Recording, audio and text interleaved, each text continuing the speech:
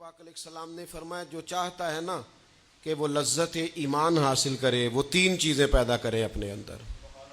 یہ بخاری مسلم. ایک کھانا ہوتا ہے, ایک کھانے کا ذائقہ ہوتا ہے. کوئی کھانے پیٹ بھرنے کو ہوتے ہیں, کچھ ذائقے کو ہوتے ہیں. کچھ عبادتیں ایسی ہوتی ہیں کہ لوگ پڑھ لیتے ہیں نماز, اور کچھ ایسی ہوتی ہیں کہ مجھے سوز دے, مجھے ساز دے, مجھے نیم شب کا نیاز دے, دم سجدہ خود کو میں توڑ دوں, مجھے ایسا ذوق نماز دے. بندہ سر سجدے میں رکھے اور اٹھانے کو جی نہ چاہے, وہ مسجد میں آئے اور اس کا نکلنے کو جی نہ چاہے. مومن کو یوں لذت مسجد میں نصیب ہوتی ہے جس طرح مچھلی پانی میں سکون محسوس کرتی ہے.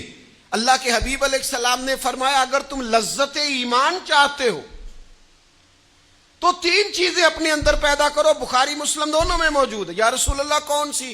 فرمایا ایک تو ہر چیز سے بڑھ کر رب رسول سے پیار کرو, اور دوسرا جس سے بھی پیار کرو اللہ کی رضا کے لیے, اور تیسرا فرمایا ایمان لانے کے بعد کفر کی طرف جانا تمہیں اتنا ناپسند ہو جتنا انسان کو آگ میں جانا ناپسند ہوتا. کفر سے تمہارے دل میں نفرت ہو, کراہت ہو کفر سے. یہ نہ ہو کہ تم تعریفیں کرتے پھرو ان کی سڑکیں بڑی پکی ہیں, قانون بڑا اچھا ہے, فلانا بڑا اچھا ہے, معیشت بڑی اچھی ہے, میں ہو آیا ہوں, کیا بات ہے. تم نے ان کے عقائد کے اندر پائی جانے والی اس غلاظت کو نہیں دیکھا؟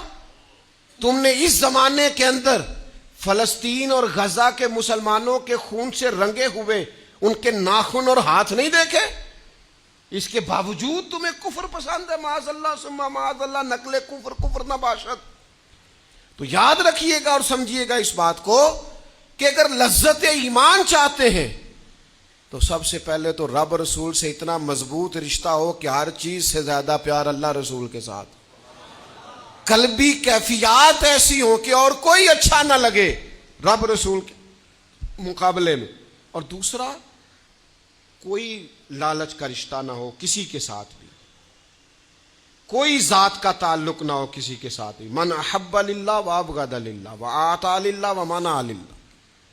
یہ پورا باب ہے کتب احادیث میں. محبت کرنی ہے تو اللہ کے لیے, کسی سے عداوت رکھنی ہے تو اللہ کے لیے, کچھ دینا ہے تو, اور کچھ منع کرنا ہے تو پھر بھی. حضور فرماتے ہیں جو یہ کر لے اس کا ایمان مکمل ہو جاتا ہے, لذت ایمان نصیب ہوتی.